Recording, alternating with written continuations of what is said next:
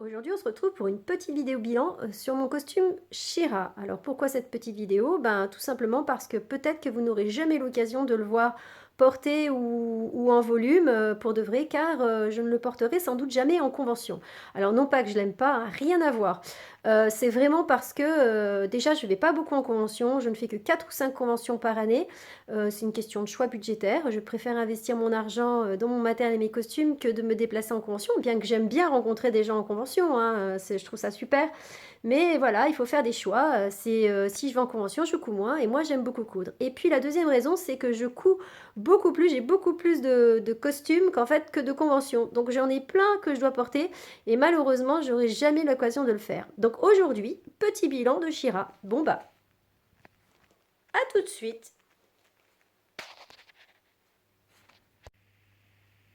Alors ce projet, franchement, il était juste super sympa à fabriquer. Pour la simple et bonne raison, c'est que je suis novice en Worbla et que je voulais vraiment me perfectionner et je voulais tester la fabrication de plumes en Worbla.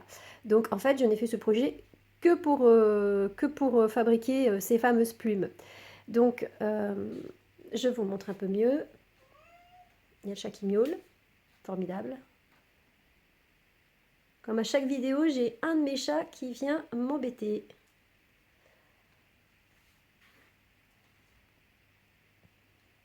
Alors, les plumes, ça a été très très long à fabriquer. Je l'ai fait avec du Worbla noir, c'est doublé avec du Worbla beige. Il faut savoir que le Worbla beige se chauffe plus facilement à 190 degrés. Le noir, il faut vraiment pousser un peu jusqu'à 300 degrés pour pouvoir le travailler. Alors, il est super parce qu'il est très très lisse par rapport au beige. Il ne nécessite pas de ponçage si on le manipule bien. Par contre, il se déchire, il s'étire beaucoup. Il est beaucoup moins souple que le beige. Donc, pourquoi avoir doublé le noir avec le beige? Bah, pour la simple bonne raison, c'est que le noir colle beaucoup moins bien que le beige. Et donc, pour associer les différents éléments entre eux, bah, le fait que le dos soit en beige permet de les coller vraiment bien. La peinture a été appliquée directement sur le Worbla noir, c'est ce qui donne cet effet un peu patiné.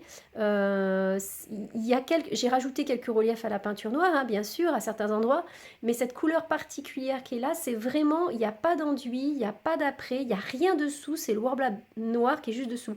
Ça, pour ça, c'est vraiment fantastique par rapport au beige où je me suis bien embêtée avec mon casque, où j'ai dû poncer plein de fois, mettre des apprêts, du primeur. Là, il n'y a rien du tout, c'est vraiment peint directement sur le Worbla noir. Donc, avantages et inconvénients. Alors on m'a posé la question de savoir pourquoi j'avais pas choisi de faire tout en Worbla ou en mousse. Mais en fait, il faut savoir que tous les éléments, ils sont doublés en mousse dessous, hein. C'est de la mousse Eva.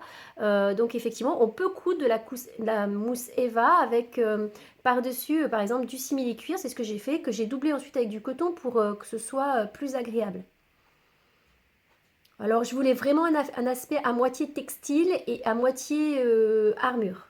C'est vraiment un choix. C'est pareil pour les épaulettes. Alors ce qui est formidable, c'est que les épaulettes, du coup, au lieu d'être ultra rigides si je les avais fait en Worbla, eh ben, elles sont vraiment agréables à porter et en plus elles suivent le mouvement des épaules parce que ça reste quand même assez souple. Donc bah, je ne suis pas complètement étriquée dans ce costume.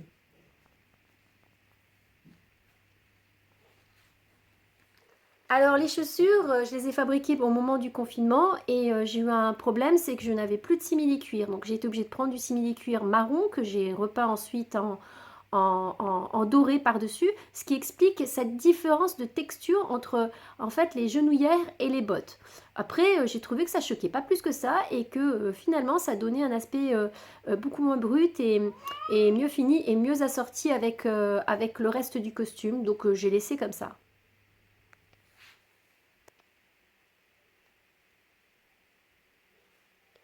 Les reliefs qui sont sur le Worbla, ben, c'est de l'impression en fait, hein. J'ai chauffé ma planche de Worbla et ensuite je l'ai appliqué sur un pendentif que j'avais chez moi qui était en fer et qui avait ces espèces d'incrustations.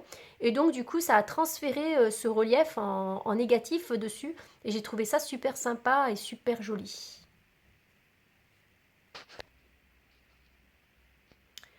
Alors pour la peinture sur tissu, il faut savoir que j'ai eu beaucoup de mal à trouver un tissu dégradé. J'en ai trouvé un qui était jaune mais un peu trop flashy. Et en fait c'est un genre de lycra, polyester. Et pour le teindre, c'était très très compliqué. Donc du coup après avoir essayé différentes méthodes, j'ai fini par désespérer. Et j'ai désespéré, vraiment c'était le mot. J'ai utilisé de la bombe. Donc la bombe acrylique par-dessus. Donc en fait, ça a rajouté juste un peu de tenue, ça a cartonné un petit peu, mais suffisamment en fait pour donner un joli tombé au tissu. Donc finalement, agréable surprise de voir que bah, on peut bomber effectivement du polyester sans que ça entache trop la matière, entre guillemets, et la fluidité.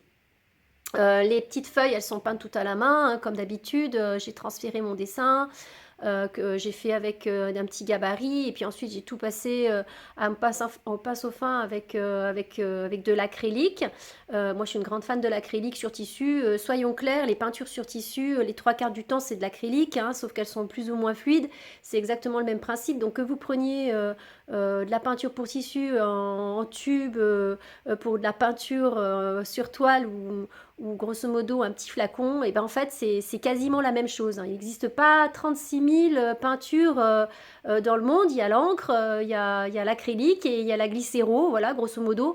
Et ensuite, bah, les gens, comment dire, ils vendent plus ou moins cher des petits flacons et des variantes de ces produits-là. Il suffit juste de regarder un petit peu la composition sur les produits et vous pourrez voir que finalement, bah, si on peint avec de l'acrylique en tube, les propriétés sont exactement les mêmes. On le fixe ensuite avec le fer à repasser et ça tient très bien à l'eau quand on y lave à l'eau chaude avec un minimum de précaution.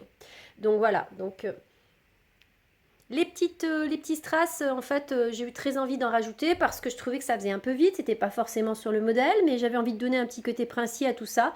Donc, puis ça m'éclate, hein, soyons clairs, de coller à la main tous les petits strass partout. J'adore me torturer, donc ben, je me torture un peu plus. Je rajoute un petit peu des strass. Regardez, là, c'est chouette, on voit bien que ça brille. C'est pas mal.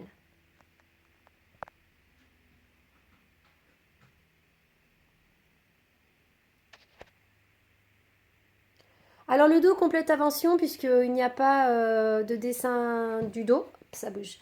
Donc du coup, ben, je l'ai inventé, je l'ai imaginé un peu en logique avec ce qu'il y avait devant. Alors j'aurais pu choisir de mettre tout blanc parce que bah, il y a la cape et la cape cache tout. Mais comme d'habitude, moi, je dis toujours qu'il faut bien fignoler, même ce qui ne se voit pas, dedans, dehors, tout doit être parfaitement fignolé. D'ailleurs, vous voyez, là, je vois que mon simili il a travaillé et il commence un peu à s'abîmer sur le bord. Ah, c'est les risques, ma pauvre Lucette, hein. Alors la cape, rebelote, toujours le même problème avec la cape. J'achète un tissu qui est en fait dégradé, mais qui est vraiment trop punchy et trop flashy au niveau du jaune. Et ben je me dis, bah c'est pas grave, je suis à la bombe, j'y vais, je bombe. Alors par contre là, difficulté, c'est un tissu vraiment fluide et vraiment fin. Donc effectivement, ça a cartonné, mais ça a vraiment cartonné quand on le touche au niveau de l'aspect. Ben, on sent que c'est tout rigide, hein. Ça n'a pas forcément entaché le tombé, même si là on a l'impression que c'est mal mis, c'est juste que j'ai mal réglé la chose. Si on place, en fait, si on place le tissu comme on veut, vu que ça a cartonné, bah, ça tient la forme. Donc du coup, quand on marche, les gens ils voient pas forcément que c'est cartonné. C'est juste au toucher que c'est pas très agréable. Alors en haut c'est fluide, donc ça a gardé le tombé des plis, et en bas c'est tout raide et tout rigide. Le principal inconvénient, ça va être plutôt une histoire de repassage parce que quand on doit le repasser, ça colle un peu. Enfin, c'est pas que ça colle, c'est que ça glisse pas du tout. Et donc, il faut éviter quand même de trop froisser la cape. Donc, pour l'archiver, ça va être compliqué. Je ne sais pas trop comment je vais faire. Peut-être sur un cintre, en plier en deux. Je ne sais pas. Va falloir que je trouve une solution.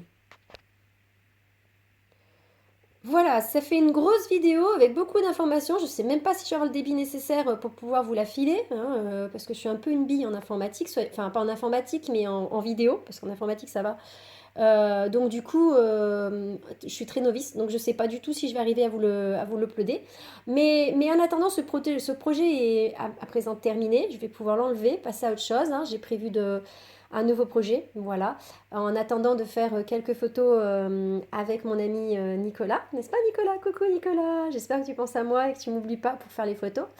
Et puis ben, je suis très contente de vous l'avoir présenté. J'espère que je vous ai pas trop saoulé, que ça vous a plu.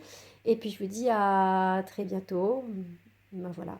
Bisous bisous. Ciao ciao.